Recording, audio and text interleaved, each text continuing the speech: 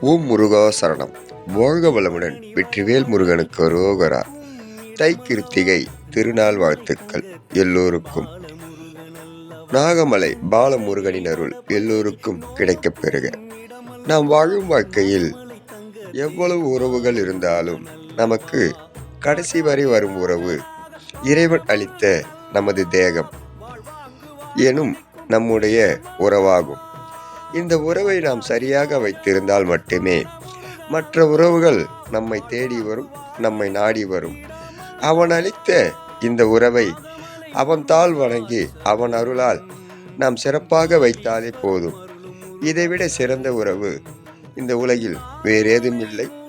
அதே போன்று இதைவிட சிறந்த சொத்து வேறேதும் இந்த உலகில் இல்லை என்று அருளப்படுகின்றன. அப்பன் முருகன் அருளால் சகலம் பெருக. ஓம் முருகா சரணம். முருகனி மக ரவி முருகன்.